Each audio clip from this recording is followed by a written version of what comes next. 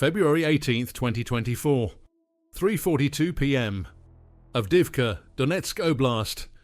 A Russian TOS-1A Solntsepek heavy flamethrower system positions 3 kilometers from Ukrainian defensive positions. The vehicle resembles a tank, T-72 chassis, but instead of a gun turret, it carries 24 launch tubes. Each tube contains one thermobaric rocket. Each rocket creates a kill radius exceeding 200 meters. The entire salvo fires in 12 seconds.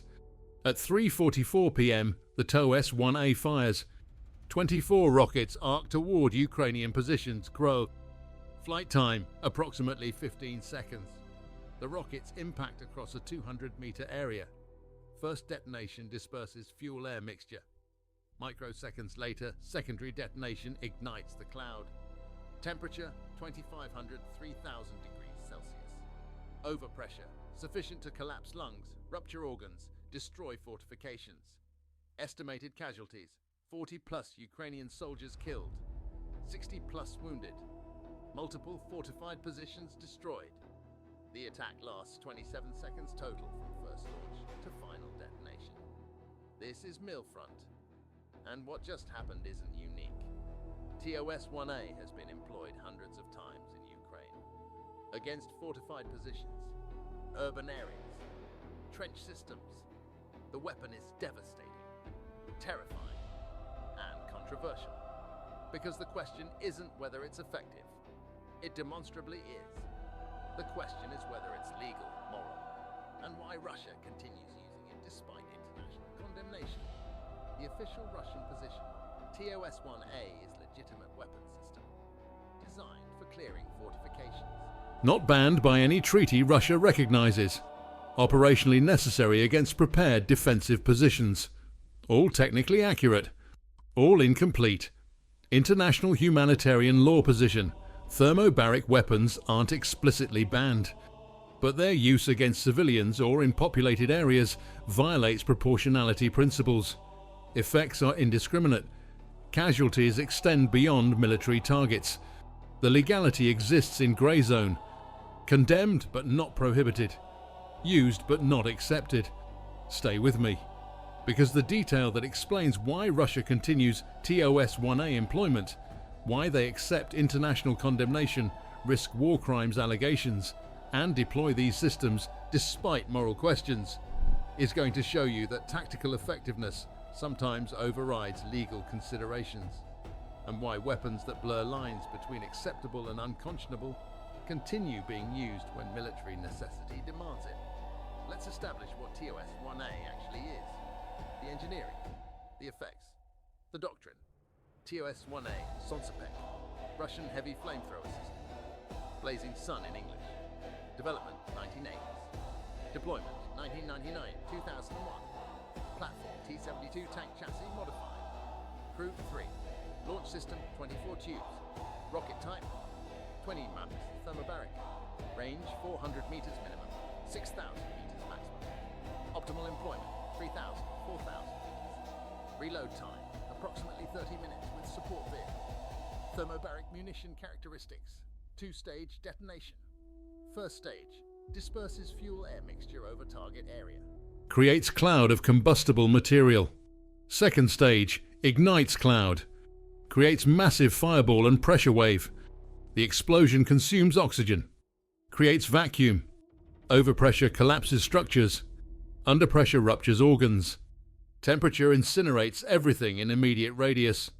Effects on humans within 50 meters. Instant death from overpressure and temperature. 50-100 meters. Severe burns, lung damage, likely fatal. 100-200 meters. Burns, blast injuries, possible survival with immediate medical care. Beyond 200 meters, shock, hearing damage, psychological trauma. The weapon doesn't just kill. It obliterates, leaves minimal remains, destroys everything organic and many structures. Effects on fortifications, bunkers, overpressure penetrates entrances, kills occupants.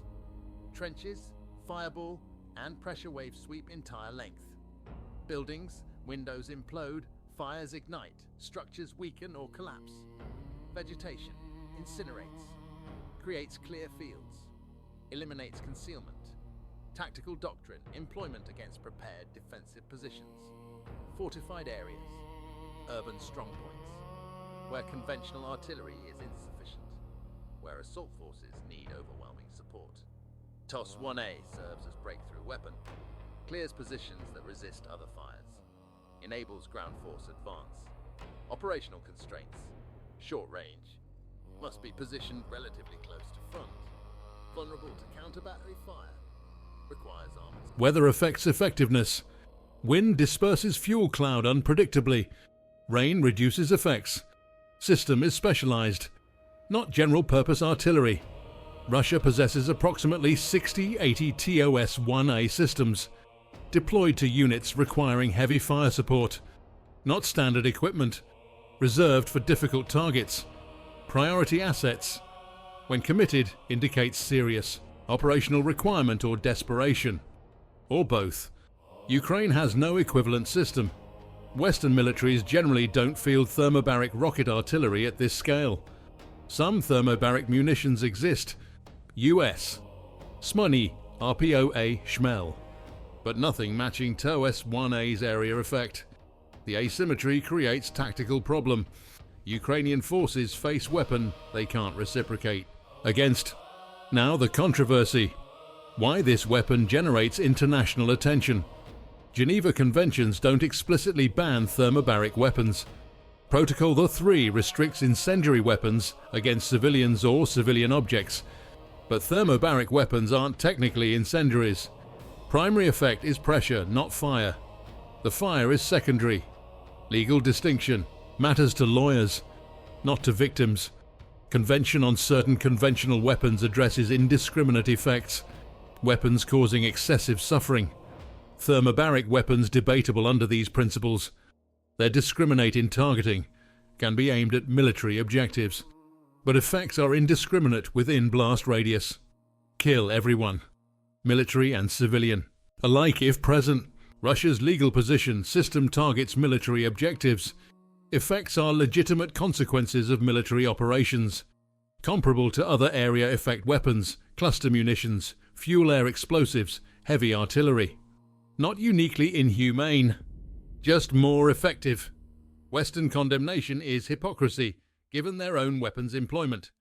Western legal position: disproportionate effects, excessive suffering, particularly when used in populated areas. Even if targeting military objectives, collateral damage is unconscionable. Weapons should be restricted or banned. Russia's employment demonstrates disregard for civilian protection. The legal debate continues. Meanwhile, TOS-1A continues firing, because legality rarely stops tactical. Effectiveness. And Russia faces military problem thermobaric weapons solve. February 18th. The attack. What led to TOS-1A employment? Russian forces attempting to capture Avdiivka. Months-long offensive. Ukrainian defenses extensive. Fortified positions. Underground bunkers. Interlocking fields of fire. Conventional artillery insufficient. Ground assaults repulsed repeatedly. Russian casualties mounting. Progress minimal. Command decides: employ TOS-1A. Overwhelm defenses. Break resistance. Accept international condemnation as cost of military necessity. 3:40 p.m. TOS-1A system moves into firing position. Protected by armored vehicles. Infantry screen. Electronic warfare support. Counter-battery radar active. Russia must be protected. Positioning takes 15 minutes. Crew prepares firing data. Calculates range. Azimuth. Elevation. Everything manual. No fancy fire control. Just mathematics and experience. Ukrainian forces detect movement.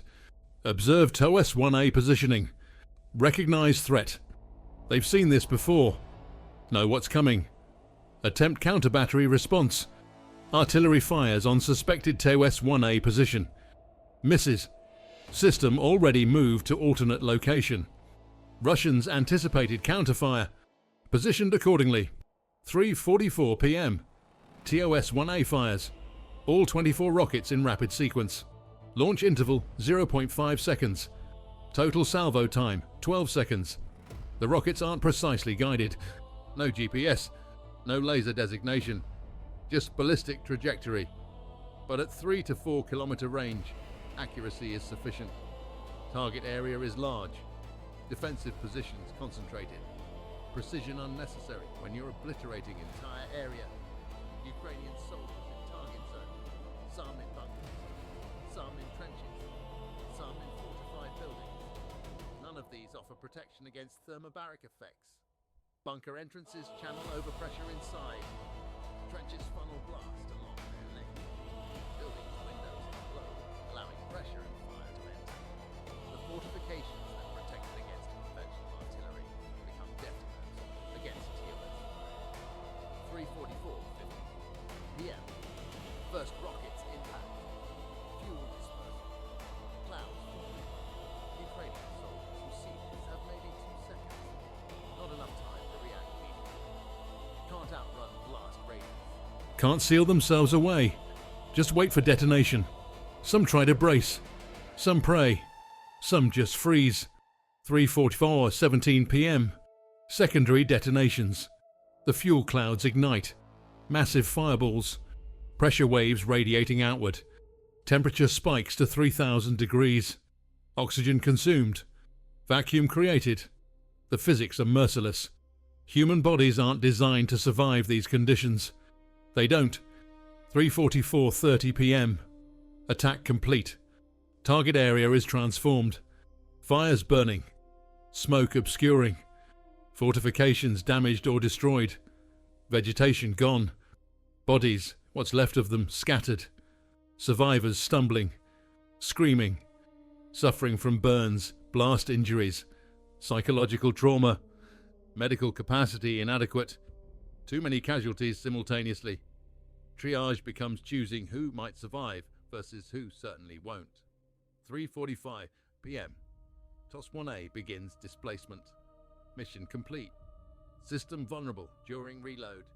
Must return to protected area. Reload vehicle follows. Process takes 30 minutes minimum.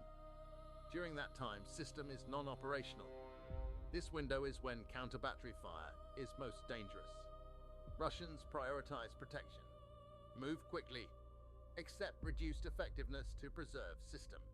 Ukrainian response. Immediate casualty evacuation. Reorganize defenses. Assess damage. Calculate whether positions are still tenable. Sometimes answer is no. TOS-1A attack breaks defensive coherence. Forces withdrawal. Not always, but sometimes. That's enough to justify continued employment from Russian perspective. The tactical effect is measurable. Positions hit by TOS-1A have significantly higher abandonment rates than those hit by conventional artillery. The psychological impact compounds physical damage. Soldiers who survive TOS-1A attack are traumatized. Combat effectiveness degrades. Even uninjured survivors struggle to maintain positions. The fear factor is weapon itself. Now the strategic analysis. Why Russia continues using TOS-1A despite controversy. Military necessity. Russian ground forces struggle against prepared Ukrainian defenses. Conventional artillery insufficient. Infantry assaults costly. TOS-1A provides overwhelming fire support that breaks resistance, enables advances that would otherwise require catastrophic casualties. From military perspective, weapon is essential. Saves Russian lives by taking Ukrainian ones more efficiently. Tactical effectiveness. No Ukrainian counter-weapon. Western systems don't provide equivalent capability. Creates asymmetric advantage. Ukrainian forces can't reciprocate. Must endure TOS-1A attacks without equivalent response. This asymmetry is valuable. Worth diplomatic costs. International condemnation. Limited practical impact. Russia already faces extensive sanctions. War crimes allegations already exist. Adding thermobaric weapons to list doesn't materially change international position. Since costs are already massive, incremental condemnation is irrelevant. Might as well use effective weapons. Domestic considerations. Russian military needs victories. Population expects progress. TOS-1A enables advances that generate positive domestic coverage. Russian forces liberate another settlement plays better than Russian forces stalled by Ukrainian resistance. Political pressure drives military pressure. Military pressure drives weapon employment. The calculation is cold, brutal, but logical from Russian perspective. Tactical effectiveness exceeds diplomatic costs. Military gains justify moral questions. Winning matters more than international opinion, especially when international opinion is already hostile. But there's deeper truth.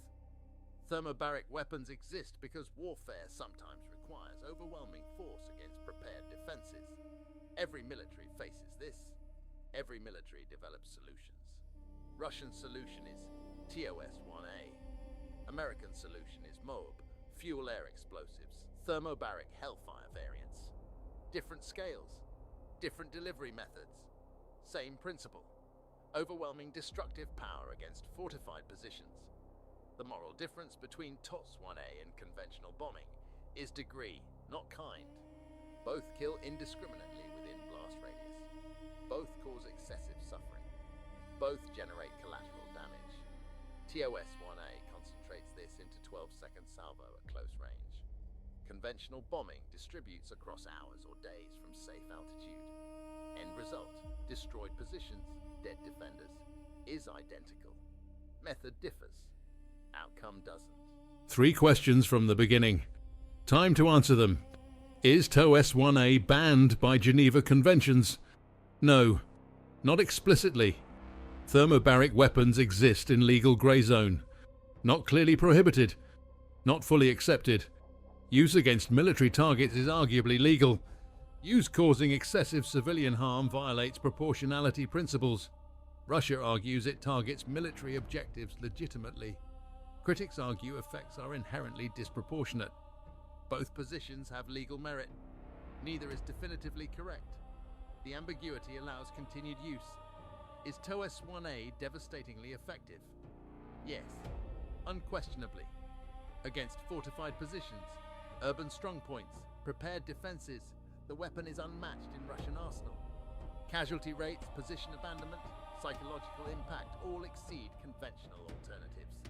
Effectiveness is why system continues employment despite controversy. Military results justify political costs from Russian command perspective. Why does Russia still use it? Because tactical effectiveness exceeds diplomatic costs. International condemnation is already maximum. Incremental criticism doesn't matter. Military necessity drives employment. Breaking Ukrainian defenses requires overwhelming force. TOS-1A provides that force. Alternatives are less effective or more costly in Russian casualties. Cold calculation favors continued use despite moral questions. The lesson from TOS-1A employment is uncomfortable. International humanitarian law has limits. When weapons are militarily necessary, legal ambiguity enables use. When diplomatic costs are already maximal, incremental condemnation is irrelevant. When military results matter more than international opinion, effective but controversial weapons continue being employed. Every military makes these calculations. Russia's are more explicit, more brutal, less concerned with international perception. But underlying logic, tactical effectiveness justifies controversial weapons, is universal. The difference is degree of restraint, not presence of calculation. This is MilFront. We analyse the battles that change wars. And TOS-1A hasn't changed this war, but it's changed how we discuss thermobaric weapons, made explicit what was implicit. That legal ambiguity enables use. That military necessity overrides moral concerns. That condemnation without enforcement is rhetoric without consequence. The weapon continues operation. Ukrainian soldiers continue dying from it. Russian forces continue advancing where it's employed. International community continues condemning. None of these dynamics change. The pattern repeats. Each employment generates outrage. Each outrage fades.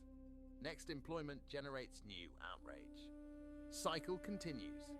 Subscribe to MilFront. Because in modern warfare, uncomfortable truths matter more than comfortable narratives.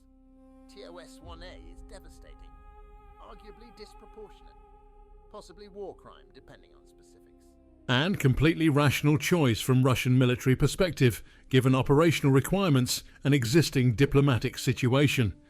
24 rockets, 12 seconds, 200-meter kill radius, hundreds of casualties across months of employment, and no indication Russia will stop using it, because effectiveness exceeds costs. Military logic overrides moral concerns. Tactical necessity determines weapons employment, despite international law ambiguity. If you think thermobaric weapons should be banned explicitly, type MilFront in the comments. If you think military necessity justifies controversial weapons, tell me where you draw lines. Because these debates shape international humanitarian law, shape what's acceptable in warfare, shape how future conflicts are conducted. For now, TOS-1A remains operational, remains effective, remains controversial. All three simultaneously. That's modern warfare, where legal, moral and tactical considerations collide without clear resolution, where effectiveness enables use despite condemnation, where international law's ambiguity permits what explicit prohibition might prevent. Real battle, real tactics, real consequences. Stay informed.